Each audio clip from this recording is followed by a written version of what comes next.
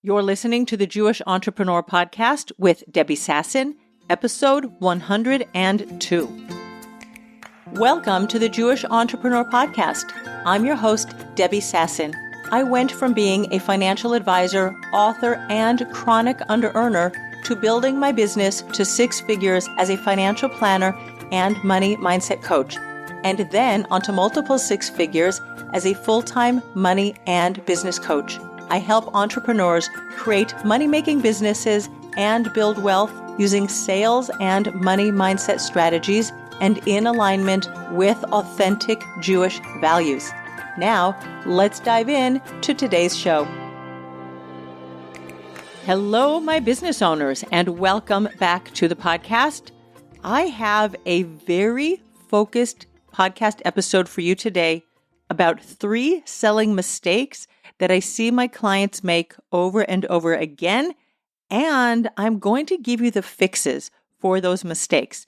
Selling is the most important skill you can develop as a business owner because we are always selling something. You are selling your products, you are selling your services, you are selling through your emails, through your copy, through what you write on your website. Even if you hire a copywriter to do that for you, you need to be selling your business, what you do, how you serve your people.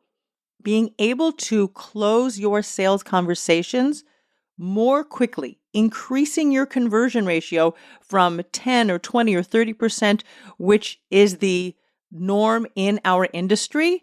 If you can increase that from 30 to 50 to 80%, that is my goal for my clients, that they close at 80%. Then you spend so much less time having sales conversations and you spend more time serving your ideal clients. So this is why we're talking about sales. But before we get there, I have 2 announcements. Number 1, on Wednesday, the 15th of November, I am running a free masterclass. It is called Making Money in a Crisis. As I record this episode, and as you are listening to it, we are already 1 month into the war against the Hamas terrorist group that attacked Israel on the 7th of October. We have lost already 1,400 civilians, more than that, and also many of our soldiers. We mourn each and every one of them. We pray that our hostages, over 240 hostages, are still being held by the Hamas terrorist group. And we have thousands of wounded in the hospital, and we pray for their recovery, their emotional and physical healing. And as the saying goes, the show must go on. My clients, even in the United States, are telling me that they're distracted by what's going on. They're watching the news. It's hard. They feel emotionally connected to their brethren in Israel. And we are one people. We are one nation, and we have survived for thousands of years together, even though we have been dispersed among many lands. And so we feel it's like one heart is connected, and where the Jews are all over the world are the limbs of our body. And so we feel each other very, very deeply. That's why this masterclass is for everybody. We have to keep going. We have to bring money into our businesses, serving our people, and reducing distractions as much as possible. If you cannot join me live, 10 a.m. Eastern Time, 5 p.m. Israel time, then you will get the replay. Make sure to go to my website, debbiesasson.com/masterclass, and sign up. November 15th. Please be there. I look forward to seeing you. I want to help you make money and focus on the only 4 things you really need to make money in your business. That's announcement number 1. Announcement number 2 is that my group coaching program, Wired for Wealth, is now open for enrollment. I am enrolling 4 new people in November. That's it, just 4. I want to make sure that you are integrated into the current coaching cohort and your onboarding experience is smooth, it's easy, you feel part of the group. We will begin the November cohort on the 28th of November with a 1.5-hour class workshop specifically on mastering sales conversations. Today is the precursor of that class because we're going to be talking about 3 mistakes people make. But if you don't master sales, it is hard to continue growing and scaling your business and making the kind of money that you want to make in your business. When women make money, nothing bad happens. We have been conditioned and socialized for thousands of years to undervalue, undersell, and undercharge for our gifts in the world. And my mission is to break that generational pattern. Women can achieve financial equality through entrepreneurship, their businesses, charging money, receiving money, having money, investing money for their future, and building long-term wealth. That is my goal for you. If you would like to have more information about Wired for Wealth, I am offering more accessible payment plans for November because it's Black Friday and we are all here to help everybody. So be in touch with me. You can get started in Wired for Wealth for as little as $600 a month. Go to my website, debbiesasson.com/consult, and sign up for a consult, a sales conversation, because you know about me. I love helping you on sales conversations. I want to help you make money in your business for the long term. All right, my friends, let's jump into the episode today. We will be covering 3 mistakes people make in their sales conversations. These have come up with my clients, and that's why I know if my clients are dealing with these problems, mistakes, glitches in their sales conversations, you are too. So let's start at the top. Number 1, and this comes up over and over and over again for women in business, is that they don't know how to deal with the objection, I want to talk to my husband.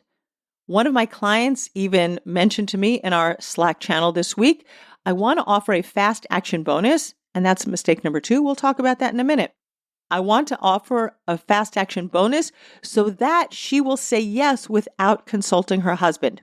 This to me is a big red flag, but it's okay for women to talk to their husbands. I am not here to make any shalom bayis problems. I do not want conflict between husbands and wives. I do believe very strongly that if you are a woman in business, and not all my clients are working business to business, some of them are working business to consumer. But as a business owner, I think it's okay if you don't ask your husband because it's your business, your profitability, your strategy, and you're the one at the end of the day who has to show up every day in your business and make the money. But whether you decide to do that or not, you and I can talk about that. But here's the thing. Husbands and wives get to talk to each other. They want to consult with each other. This is something that they feel close about. I believe that if my client is showing up on a sales conversation, she's not doing anything devious or manipulative or behind his back. She has probably spoken with him and said, hey, sweetheart, I'm going to be on a call with Debbie and I'm going to be talking to her about such and so. And I want you to believe that about your clients also, that they are speaking with, unless maybe you are a divorce coach and you're helping women because they're at the stage in their marriage that they want to separate from their husbands. But other than that, if you are dealing with women in particular, it is 100% okay, legitimate for them to speak with their husbands. And I don't want you to ever make this a problem. When you stop making it a problem and you think in your mind, oh yeah, of course she's going to ask her husband. It is so normal for her to ask her husband. It takes away so much drama around the conversation because when she says, I need to talk to my husband about it, you'll be like, yeah, of course, I understand that. And then rather than feeling like, oh my gosh, this isn't going to work, he's going to say no, you can not be in scarcity. You cannot make it all about you. You can now focus on the woman who is with you on the call or on Zoom, and you can just be in a place of openness, curiosity, and you can ask her, yeah, I understand. What do you think he's going to say? And that is really the way to approach that conversation, is be with her on her side. Don't judge her, criticize her, think that there's something wrong with her because she wants to ask her husband. Believe she's 100% normal. For many of us, the work that we're charging for is a high ticket program or package or engagement. And they might have to discuss everything. It's an agreement that they've had that anything above $100 or $200 or $500, they're going to discuss with each other. Never, ever make it a problem when a woman wants to ask her husband. And listen, sometimes, especially in Israel, we have these, salespeople that call on the phone and they like drill you away, away. And just to get rid of them, especially if they don't listen to no, I'll say, yeah, I need to speak about my husband. Call me back in 2 or 3 days. Usually it makes them disappear. But that's also something important to point out is that women have been conditioned that if they want to get rid of someone, they're going to say, I need to discuss it with my husband. So here's another invitation for you. If a woman says that to you, I need to speak with my husband, you can ask yourself, or when you do an evaluation on your sales conversation afterwards, you can say, is there anything that I might have done that like pushed her away, made her feel unsafe, made her feel like I wasn't the right address for her? And I think that's another way to approach it. If you're getting this objection many times that women need to ask their husband and then they come back and say no, this is an opportunity for you to go deeper into your sales conversations. Don't make it about her. Don't make it about the people that want to ask their partners if they're on board. Make it about you and see where you can tighten up your sales conversation, drop out of like scarcity around getting the sale, and be more open and expansive, believing that she wants to work with you, and just get curious, ask questions. All right, so that's mistake number one. It is perfectly okay for women to ask their husbands. I think it's a beautiful thing. It brings partners together. Sales mistake number two, and I mentioned this, is giving a fast action bonus. Now, I think that sometimes people do need a fast action bonus, and we are in November. It's Black Friday. People will be offering discounts. And then, of course, we jump into December. What happens in December? We get all of the Christmas sales, end of the year sales, Hanukkah sales in the Jewish world. Discounts do create sales, but you have to be very aware of when, where, and why you are offering a fast action bonus. Are you doing it from scarcity? Are you doing it from the belief that the person on the other end of the sales conversation is not going to work with you? Do you believe that she's never going to pay your full price? I have a client who a couple of weeks ago, I told her to lower her price. Now, if you've been listening to my podcast for a while, you know that I have a very solid belief about price. There is no right price for your offer. There is only the price that you make right. But I had been coaching this client for a couple of months on her price, and I could see the drama that she kept going through over and over and over again about her price. And I said to her, you know what? I want you to lower your price. And I really salute my client because she took the coaching, she lowered her price, and very quickly she signed 2 clients. And that is the power, by the way, of having a coach who is connected with you, watches you, and is monitoring your progress. She will know when it's time to help you raise your price and when it's time for you to lower your price. So back to fast action bonuses. You have to understand your motivation, because if it's coming from the belief that people will not pay your price, that is scarcity. And when you are feeling scarce, that energy of scarcity, that neediness, that graspiness that you are showing up with on the call, believing there is no other way to get them on board but by reducing your price, that is going to seep through to your potential clients. They're going to feel your energy and they're going to be repelled by it. The fast action bonus isn't going to work. Or it will work. They'll say yes, but it's going to feel manipulative to them. They might pay you and then ask for a refund. They might say yes and then say no. When you are not in a place of feeling that you have enough right now, I'm talking about money, I'm talking about the roof over your head, the clothes on your back. You can even have debt. But if you're feeling like in this moment, I'm okay, I'm taken care of, God is on my side, I am sufficient in everything that I have, then you won't be in a place of scarcity, and that fast action bonus, which you could offer, will be coming from a place of love and giving and generosity. That's why in November, I'm offering payment plans that are at much better terms than have ever been offered before for Wired for Wealth, because I know that people have paid my full price, and it's just November. And this is what a lot of people are doing. And I think it's a great opportunity for people to join the program and get themselves into a routine of showing up for their business, changing the way they think about money, asking for more over time, mastering their sales conversations, and being in that beautiful place of growing their business. But it's not a fast action bonus, and it's for sure 100% not coming from scarcity. It's coming from belief. And that is the difference. When you believe your clients have the money, they have access to money, they can figure it out, and they don't need a discount. Discounts are lovely. Who doesn't love to go to the clothing store and maybe you were like in and out over the last, few weeks and you've been admiring a dress or a pair of shoes, and then all of a sudden it's 30% off. Of course you're going to take it because you wanted it and desired it anyway, and it was just like the whipped cream and cherry on top of the ice cream. You get what you wanted for a little bit less, and who doesn't love that? So don't be in scarcity when you're offering fast action bonuses. Never offer them from a place of, I need to make her sign right now. Do it from a place of, I love my clients so much, and this is just going to get more of them into my network, from a beautiful, expansive, abundant place. The third mistake that people make on sales conversations is talking too much and telling the person on the other end of the line what they do. And I see this specifically with my clients when we review and evaluate their sales conversations. Their potential client will ask a question. For example, let's say that you're a coach. Many of my clients are coaches. And if we take example of a life coach, let's say I'm making this up on the spot.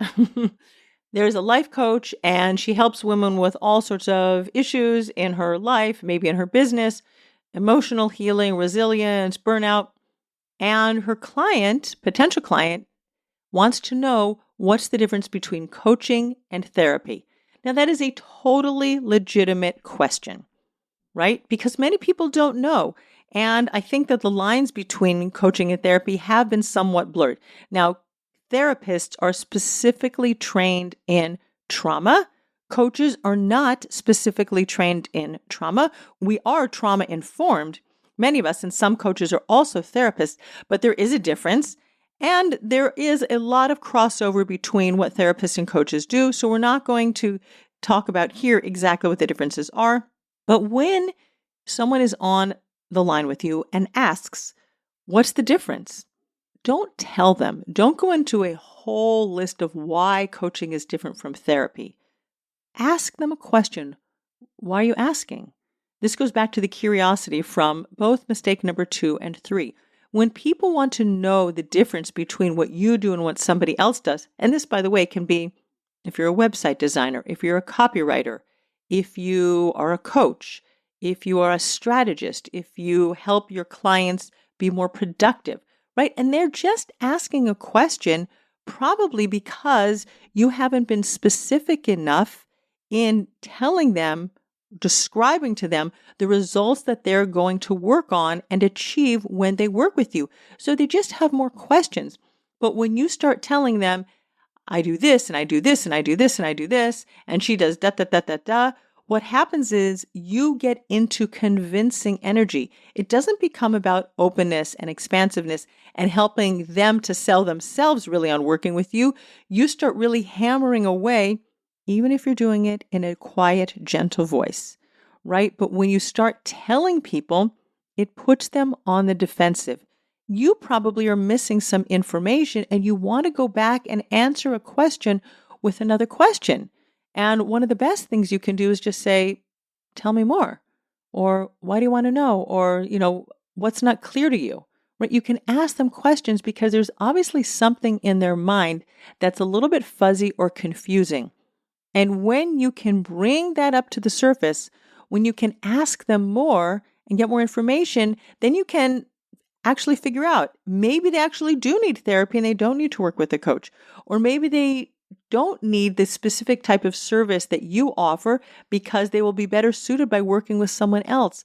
Because if they're having a little bit of doubt in their mind, it's probably because something in your sales conversation didn't go according to plan in their mind. And you want to uncover what that was. Did you not get all the information? Because, and I see this a lot, is people will have 15 or 20-minute discovery calls with their clients and think that they can sell a high-ticket package after 20 minutes. And I think most people need a little bit more time. They're going to be working with you for a while, paying you, a nice hefty sum of money. Give them the time to ask all of their questions. Help them to clarify for themselves and help you clarify for you exactly what they're looking for and making sure that you guys are a good fit for each other. Again, my belief is that 90% of the people that get on a sales call with you have already done their homework and they want to work with you. But if they still have questions, just find out why they're asking. Because if somebody isn't clear on why they should work with you for their website, why you should be the copywriter for them, or why should you be the coach for them, right? Then you have to find out why that is. That is your responsibility as the service provider, is finding out where their doubt and confusion lies without hammering away, even a gentle hammer, without really trying to convince them that you are the best fit. You want to help them come to the decision for themselves. Asking rather than telling is the way that you fix those kinds of issues on your sales conversations. All right, my friends, I hope that this episode has been valuable for you. Let me quickly recap the 3 mistakes people make on sales conversations and how you can fix them. Number 1 is wanting to avoid the "I need to ask my husband" objection. Be okay with it. In fact, expect it. I just normalize it. I just imagine that all of the women who come onto the sales calls are going to want to ask their husbands, and it's never a problem, right? If someone doesn't want to ask her husband, that's beautiful. I think it's great. I love that my women who own businesses are showing up for their businesses and really stepping into their CEO leadership and management power. Unless the husband is sitting on the board of directors of your business, you get to manage it yourself. He's not helping you do the work. Maybe he's doing the books for you. I think that happens sometimes as the husbands are behind the scenes doing the admin. And so he is part of your company. But don't make it a problem ever, ever, ever if a woman wants to ask her husband. I think it's a beautiful thing. Number 2, if you're offering a fast action bonus, do it from abundance. Never do it from scarcity. Never do it from convincingness. Never do it from your need to sign the client now. There are tons of clients in the world. If this one doesn't sign with you, next week, next month, more clients are out there who will sign with you. And finally, ask more questions. Don't be in the place of telling. Ask them why they're asking a specific question. What's unclear? Where do they need more information? Right? Just be open. Spend 80% of the time on your sales call asking questions and listening to the answers. Talk less, listen more, ask more. All right, my friends, that is the podcast episode for today. I want to remind you that on the 15th of November, I'm offering a masterclass, Making Money During a Crisis. And by the way, just like my bonus podcast episode a few weeks ago, crises happen, whether it's a war, health, right? There's always things that are happening in our lives and in our businesses. And so this is going to be very valuable to make sure that you simplify your business and do only what's necessary. Go to my website, debbiesasson.com/masterclass. Sign up. If you can't be there live, you will get the recording. And last but not least, my program, Wired for Wealth, is open for enrollment. I'm taking only 4 new clients in the month of November, and there's a place for you. I will see you next week. Thank you for tuning in. Bye-bye for now. Thanks for listening to the Jewish Entrepreneur Podcast. If you want to stop underselling and under-earning and close more sales, you need to clear the limiting money beliefs that are sabotaging your business growth. Head on over to debbiesasson.com/mindset and download my free Money Mindset Workbook. Uncover and dissolve money blocks like hundreds of other entrepreneurs who are now building 6, multi-6, and 7-figure businesses and creating true financial freedom.